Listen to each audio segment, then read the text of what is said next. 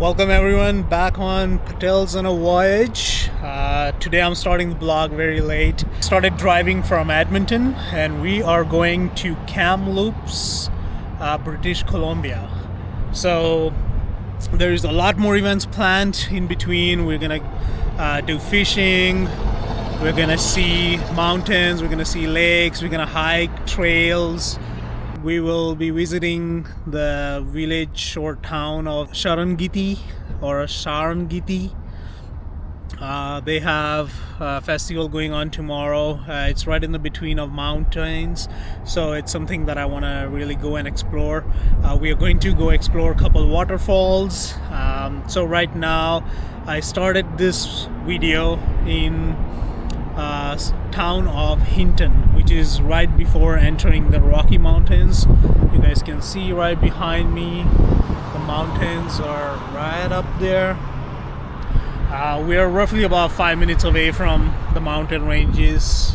This is also part of it, but it's a town area.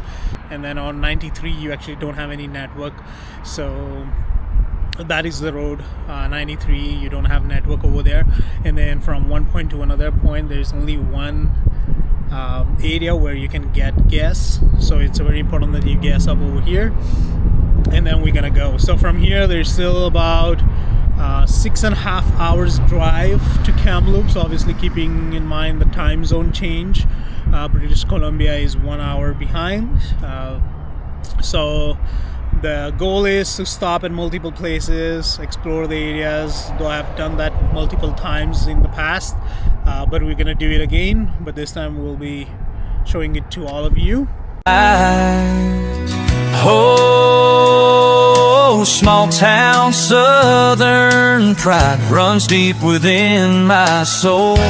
From the courthouse square's old stories to the river's gentle roll, we hold on to our traditions with a love that's strong and true.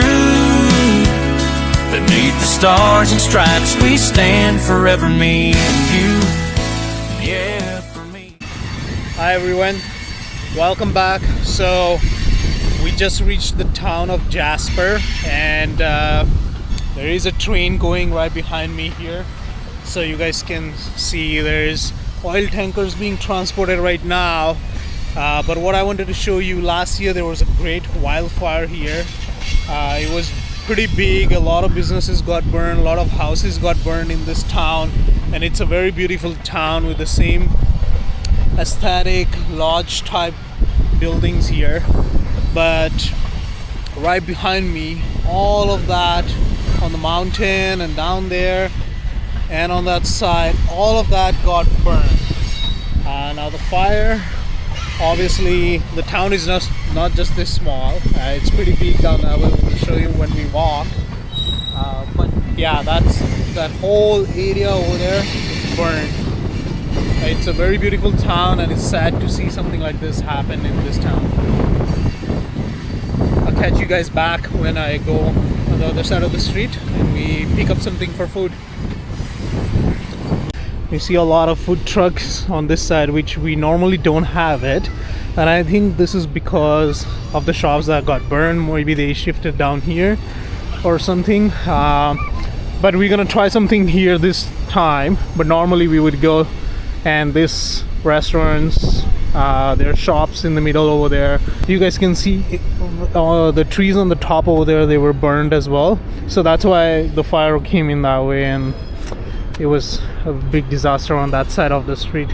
So we're not gonna show you the town of Jasper, I just wanted to show you a little bit of it so you guys can see the devastation that happened here last year. And now let's go and see what food we're gonna try from here. There's a bike shop here, there's a motorcycle tours, there's a Lean's place at the back, and looks like my wife already found a food truck, and Vedat also found a food truck.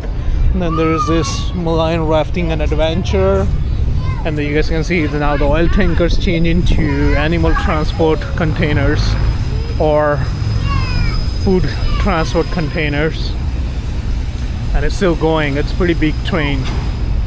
I just confirmed, I talked with a few of the truck shop owners.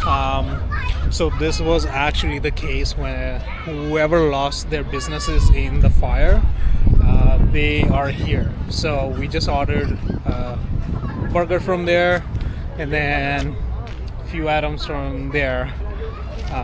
So at this point, if you come down here and if you see these food trucks here, I would really say please come and order from these people so they can get back to their shops, they can rebuild, support the local businesses here. So that would be very helpful to them. Yeah, let's see how the food comes out. We'll do another food review as well. Okay, let's open that. So this is the burger. For me? Oh, looks so yummy. It's spicy. Woo. Yeah, let's try it. Yeah, let's try it.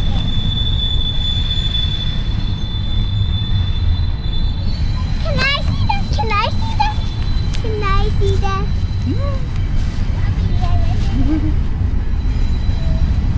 I want it. Oh, it's good. Can I have it? This is yummy. But So can I have the guys who were cooking in there, they were from the same country as mine. So I asked them to make something spicy, and they actually use Indian spices. So this is actually very yummy. Let's see Veda's review. I want Just try and tell us how it is. Bite?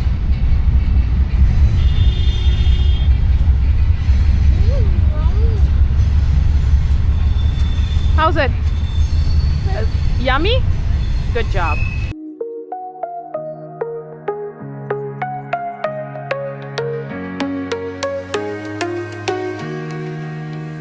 Walking up, step by. Hi everyone.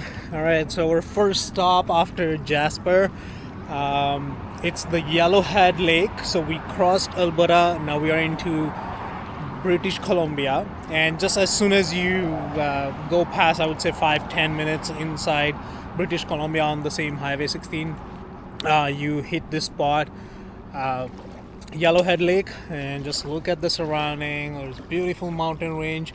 There is some cloud coverage right now, so you can't see it very clearly. It's not sunny, but that right above me, that's the main highway. You guys can only hear the cars and see them too.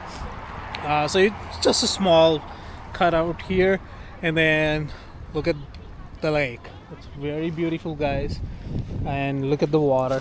It's so clear. As you can see the rocks in there too.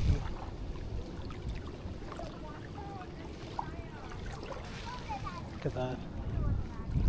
Let's try to go a little bit this side. So if you can fish in here, they do have information over there at the front. For fishing in British Columbia, it's different because they also have salt water, the ocean side. So there's two different type of licenses.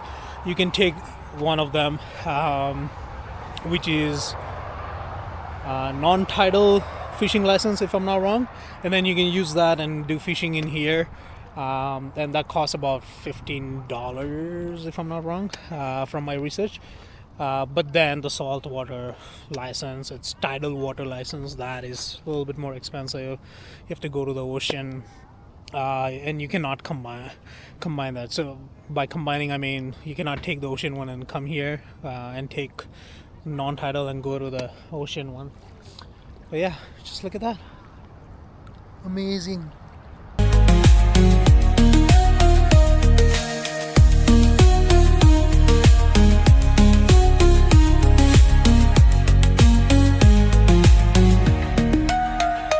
Mountain high, I'm climbing slow through the rain, through the snow. Step by step, I won't back down. At the top, I see the town. Hey guys, okay, so I'm just at the Mount Robson right here. I'll show you guys the mountain as soon as I have a clear sight of it. I'm just in their parking lot, and there's actually two things. There's also a falls, and there's Mount Robson that you guys will be able to see on my background. And so this is one of the journey spot. We'll try to come back here because right now half of it is in the clouds, so you can't have a good view on it, but you should be able to see some of it. All right, let me turn around. So there you go, guys, right on top. It's part of Rob Mountain Provincial Park. There's also campsites here, and obviously there's a river, mountains, some glaciers on top of it. One day we'll plan an entire trip to go all the way towards the Mount Robson, and then at that day we can explore more hikes and trails around it. Today we are trying to go to Kamloops so we can get there. It's still about 3 to 4 hours from here to get there, and then obviously I want to show you guys a little bit of Kamloops so we can have good sighting of that town. So I'll connect with you guys again as soon as I hit the falls.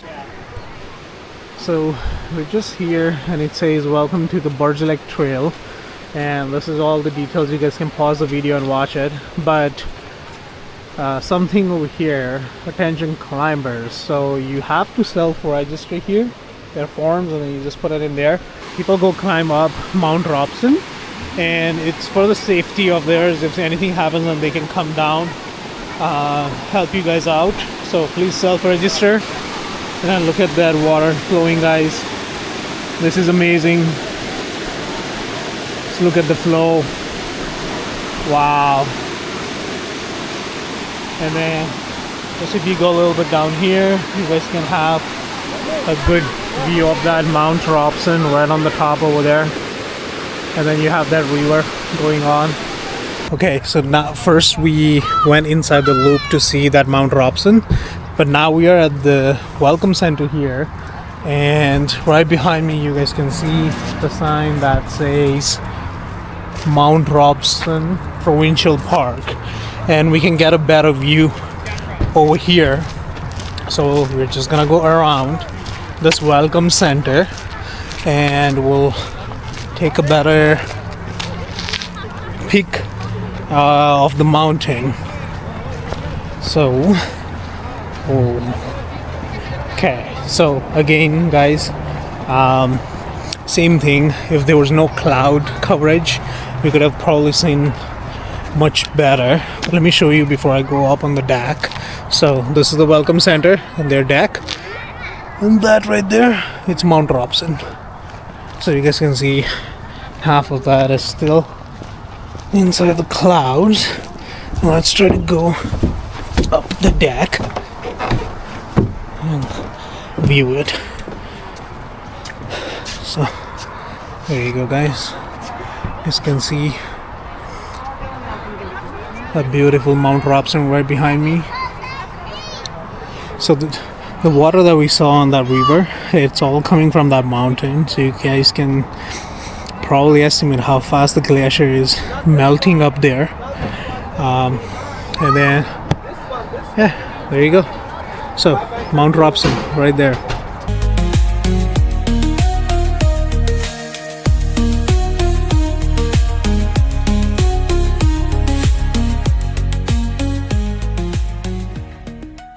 Alright guys, so our next stop after Mount Robson is this Rearguard Falls here. So that is on the same highway, major highway right behind me, and then there's a entrance right there where we just go in, and then it's saying it's about half an hour return, so probably 15 minutes to go in, 15 minutes coming out. And then falls is just downstairs. And then just a little note here, this falls marks the upper limit of the 800-mile migration of salmon from the Pacific Ocean Only a few Chinook, largest and strongest of the salmon, comes this far. Look for them here in late summer. So we don't have the license, and also it is not late summer, so we might not be able to find it. And I wouldn't want to do salmon fishing here because just on the Fraser River you can go upstream a little bit more and we can find it over there. Not a big deal, and it's much better place to look for them and do fishing over there. So this is just a slope coming down like this, and then probably just down that way. Wait, there's the kids running here and there, and Mr. Vedat waiting right in the middle of that.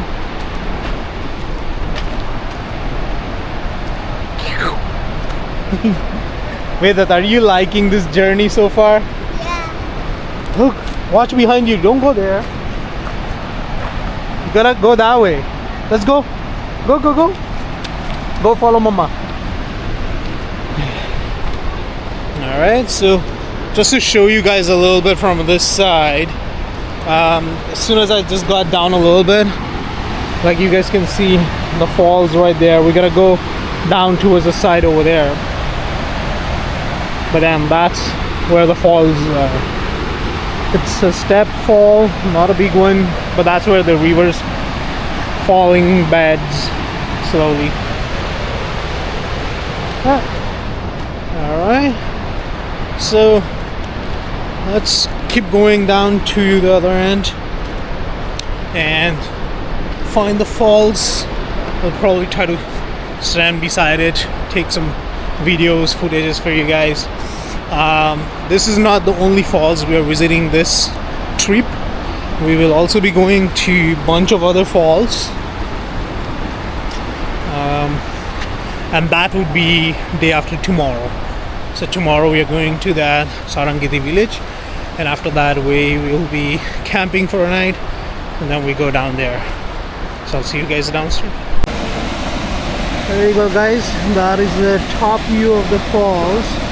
Let me try and zoom in for you guys a little bit. That is the top view of it.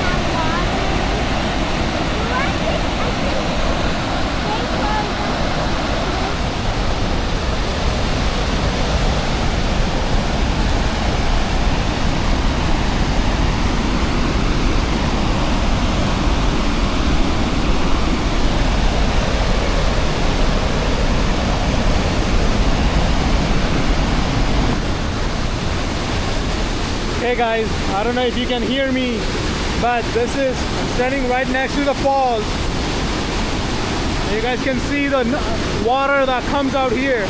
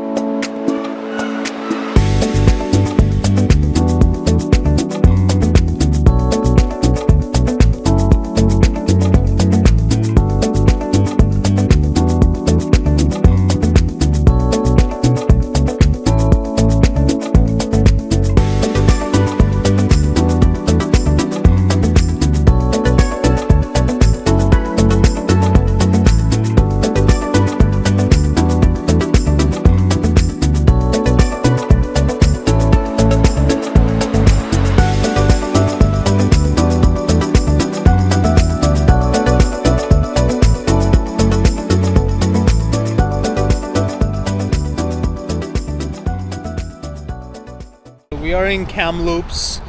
I'll show you the drive-by video that we took because it's very late at night. It's about 9:30. I know it's bright out there, but we've been driving since 6 o'clock in the morning, and British Columbia is like 1 hour behind. So technically we've been driving from 6:30 to 10:30 now, and we're exhausted. So I'll probably try to do the city of Kamloops tomorrow. So we checked into the hotel. We're probably just gonna head to the pool, have some light dinner, and then go to bed. So I'll see you guys tomorrow morning, and if anything, I'll come back and I'll update you guys on it. But for now, good night.